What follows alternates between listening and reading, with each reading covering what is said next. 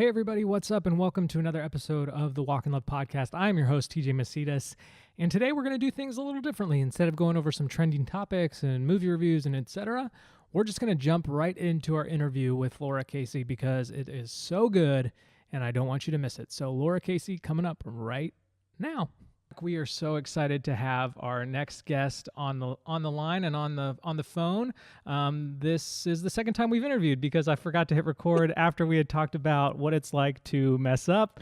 With me now is Lara Casey. Lara, how are you? I am awesome. It's really great to see you again. I'm distracted, so I even forgot the intro. So Lara is the founder of Southern Weddings, author of Making Things Happen and Cultivate, creator of Power Sheets, and founder of Cultivate What Matters, also a mom of three.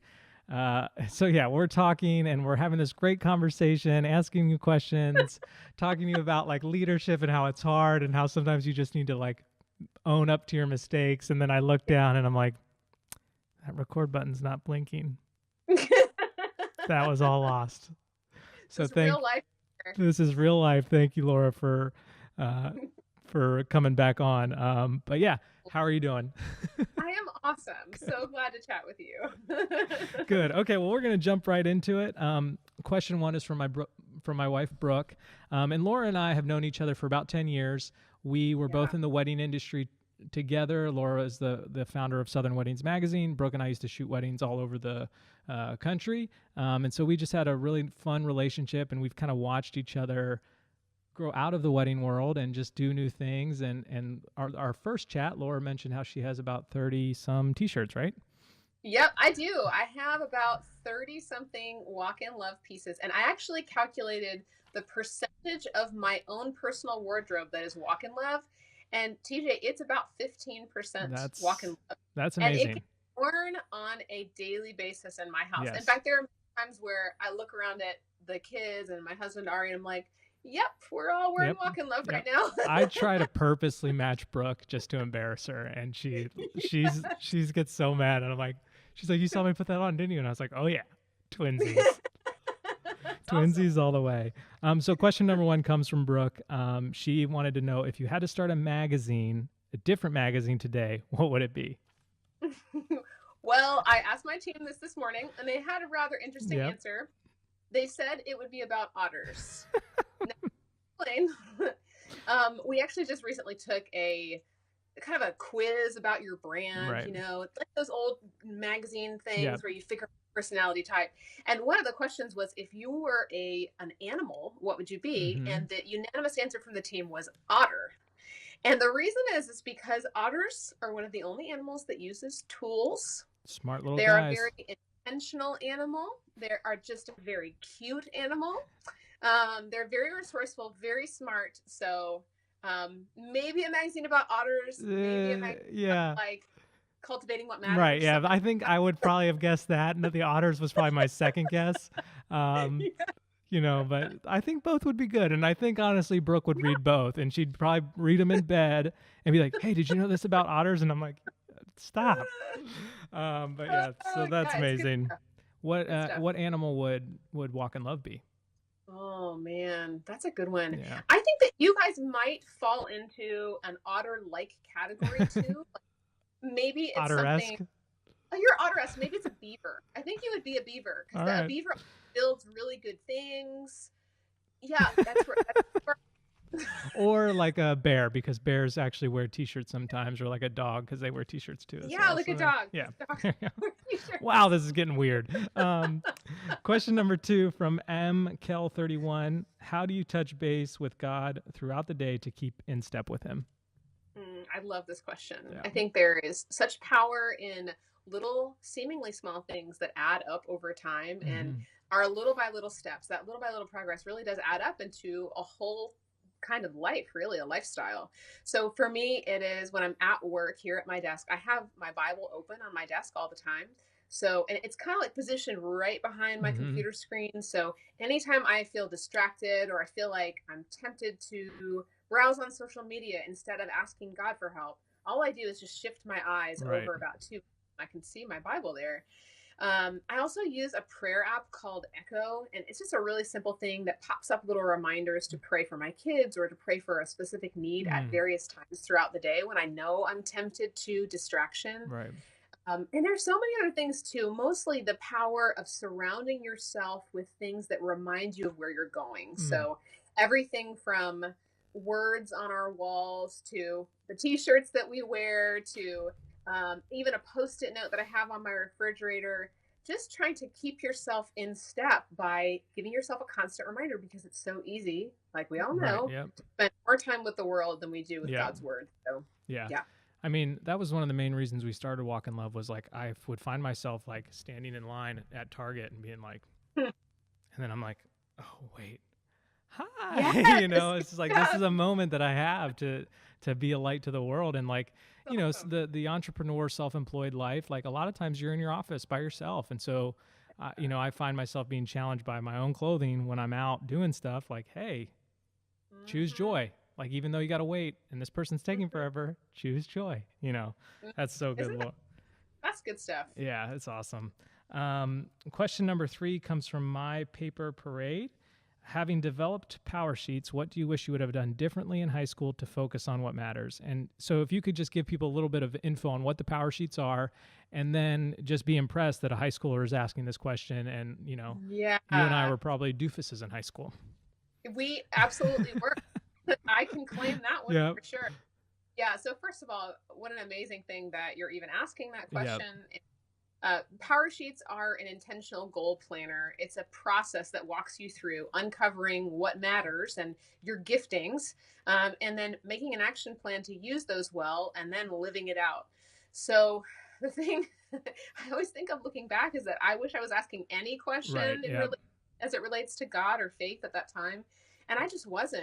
Right. But if I could go back, the thing I think would have helped me the most is to surround myself with people that want to go to the same place. To surround myself with even people who might have been messing up on their path, but at least wanted to have a heart oriented towards God. And I see too in lots of younger people in our church body that are so influenced in a great way by having older friends who have a better faith or a deeper faith, more long-standing faith. So surrounding myself maybe with some college students, or we didn't have Young Life when I was in school. So there was a Young Life thing. I just wish there would have been some way for me to tie into a community of people where I could have asked the hard questions, or I could have said, hey, what does the Bible say about this? Because I don't really know how to read the Bible yet. So yeah. That's so good. Yeah, I was, I think the only question I asked in high school was, what are we doing tonight, or what's for dinner? I think those were the only 2 questions I asked. Brooke always says, so she's like, I'm glad I didn't meet you in high school, because I don't think I would have liked you very much. And I'm like, no, that's probably true. I would have liked my husband meeting me in high school either, and he'd probably say the same thing. Right, so So that's good. I agree with that. Question number 4 from Kay Blaurt is, what has been one of the hardest lessons you've had to learn as you've become a leader and entrepreneur? Like maybe you didn't hit record on an episode or something like that, and you had to redo it all again. Something like that. Like, that's just a for example. Like, if something like that happened. Oh, it's such a cool thing that happened though. Yeah. Because it's a great example of sometimes you just have to be humble and just move on and just say, you know what, I messed up. And the one thing out of many things, but the biggest thing that I've learned is that if you're going to lead like Jesus and lead in a way that pleases him and gets you and a lot of other people to heaven, it's going to take a lot of dying to yourself. It is painful and it is worth it. So we usually think about leadership as a glamorous, like you're up on a stage, you get to do all this cool stuff and podcasting and blah, blah, blah, blah. Like you've got the biggest voice out of all your team or whatever it is. And really the truth of the matter is I don't think many of us would sign up for leadership if we knew from the start what it would entail. Right. And when I say dying to yourself, that means practically speaking, I'm the one that if I'm going to do this well, I have to be the first person to admit my faults. I have to be the first person to expose my weaknesses, to take the plank out of my eye before I put some judgment on somebody else for something. And I'm really the first person that has to check myself, because if you want people to follow God's ways of doing things, you've got to walk it out, Yep. right? Yep. And So that true. means walking it out through so much imperfection. Yeah. And man, sometimes I'm like, I'm so tired of apologizing for all my Right. stuff. Yes. I'm tired of asking people, what should I have done differently, to get a better result, because the result is on the leader, and it's on us as leaders to get the result. And And I feel like we just don't want that type of refinement. It's yeah. not like we wake up and say, I'd like to be a leader, and Right. I'd really like for God, for you to humble me and you to like every way that me. you can. Yeah, but I'll say that the gift of leadership is that painful thing in itself. It's like the gift and the hard thing at the same time. Gift is that you are refined more, and that you do have to rely on the Lord more. And I'm on my knees so much during the day, just for needs for, and I'm going to say this with a caveat, needs for our business. That doesn't mean needs for provision necessarily. Right. It means, God, please help me to make a righteous decision here. Absolutely. Like, help me to rectify this relationship, or I totally messed up with this. Help us to fix this, you know? Yeah, Brooke has often said to me, she's like, she'll say something to me, and like give me a criticism, a constructive criticism, and she'll be like, I'm so thankful that I can say that to you today, because 5 years ago, there's no way I would have ever said that, which is humbling to think like, oh man, I used to be that person that was frustrating, but also I'm grateful that pruning has happened, and I've sort of come that long way, and have not gotten as frustrated as I once did. And that is the blessing of leadership, that you are sort of forced to be pruned, or else you're not going to survive.